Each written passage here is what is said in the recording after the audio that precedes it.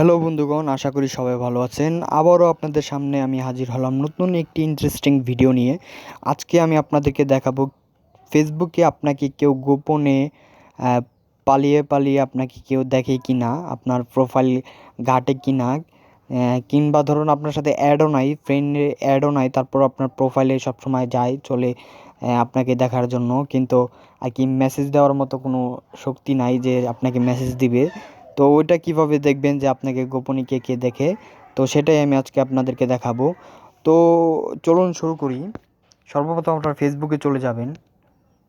ফেসবুকে চলে আসলাম আমরা।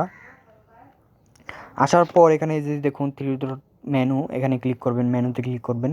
ক্লিক করার পর উপরে দেখুন আমার যে প্রোফাইল আছে, সি ইউর প্রোফাইল, এখানে ক্লিক করলাম। ক্লিক করার পর আমার প্রোফাইলে আমি চলে আসলাম। তারপর ঠিক নিচে চলে আসবেন, নিচে এসে এখানে সি ইউর ইনফো এখানে ক্লিক করবেন। তো আমি সি ইউর ইনফোতে ক্লিক করলাম। ক্লিক করার পর ঠিক নিচে আসবো। আবার নিচে আসার পর এখানে দেখুন ফলোয়িং। ফলোয়িং মানে হচ্ছে আপনাকে ফলো করে, তারা আপনার প্রোফাইল ঘাটাঘাটি করে। আর এখানে দেখুন, এখানে ফলোয়ার্স মানে হচ্ছে আপনি তাদের প্রোফাইলগুলো ঘাটাঘাটি করেন। তো এখানে ফলোয়িংয়ে আমরা ক্লিক করলাম।